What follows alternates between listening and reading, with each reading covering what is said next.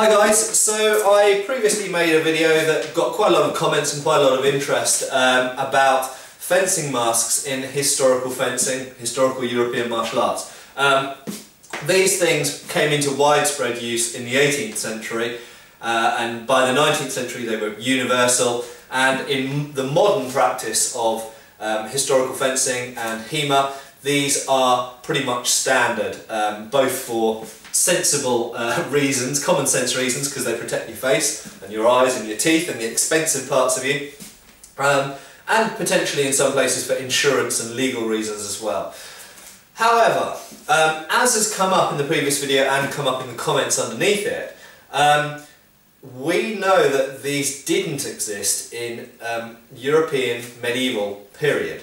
The question is raised therefore, how exactly were these guys training? Okay, so a large part of our training is practicing drills, going through techniques, just like you would see in Kenjutsu or karate or many other martial arts, where you have an attacker and then you have someone who defends from the attack and then does a counter and blah blah blah, and you make a little sequence of moves and you practice that over and over again until you're both really good at it, and then you change the attacker and so on. So that part of training can clearly be done. And we know that that was done in the medieval period, because that's essentially what's shown in the medieval treatises and Renaissance treatises.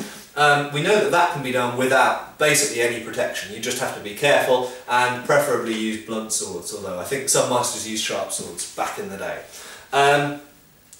But we do sparring, and we consider sparring very important. So the question is, how did they do sparring?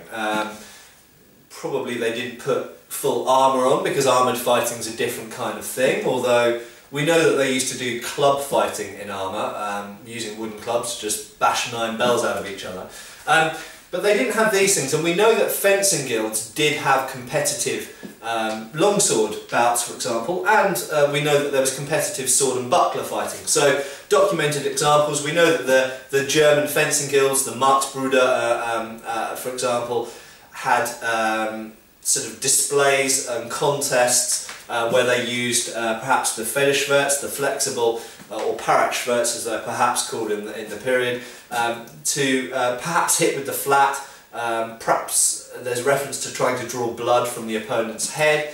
Then we know that the Bolognese masters had a system for sparring, because they talk about the scoring system for it, but we don't really know what they were wearing. We don't really know exactly what weapons they were using, although they were definitely blunt. But we know that they were scoring points for hits to the head, hits to the leg, hits to the arm, and so on. So they must have been hitting each other somehow, perhaps, or maybe they were just pulling their blows and not making contact. We don't really know. And then equally we know that there were Belgian fencing guilds for which the rules still survive, and Matt Gallus, for example, has done a lot of work on harvesting the records of the old Belgian fencing guilds, which go back to the late 15th century and carried on even with longswords through to the 17th, I think perhaps even early 18th century. And they specifically say that you strike to the head and you're to use the flat of the blade, so not use the edge but use the flat, and this is a blunt, flexible training sword. And there's even a passing reference in one of the Belgian records, as far as I remember, that talks about the wearing of some kind of headgear. But we don't know what that headgear is. Maybe it was just a padded cap, maybe it was a helmet, we don't know, but there's no evidence for anything like a fencing mask before really the 18th century. Perhaps there's some hints in the late 17th century. So my question really is, for those of you doing medieval HEMA, medieval historical fencing, working with medieval sources, so like me, I work with Fiore, is one of the sources I work from. A lot of you out there I know watching work with the German longsword or sword and buckler systems, or indeed there's those of you doing the Bolognese systems with side sword or sword and buckler and so on.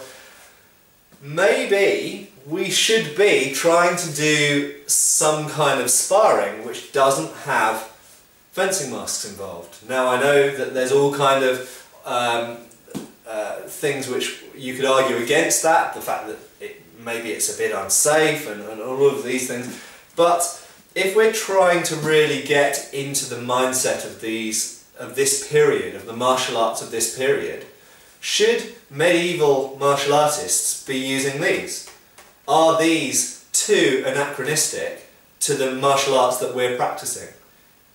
You wouldn't get a Gatka practitioner wearing one of these. You wouldn't get a Kenjutsu practitioner wearing one of these, or a Bujinkan practitioner wearing one of these. Or you might, but they don't usually do it, and most of them would be opposed to it. So, should medieval martial artists be using fencing masks? It's a question. And I'll just end by saying that I do medieval martial arts and I do use fencing masks, but I think it's an interesting question to ask ourselves. Thank you.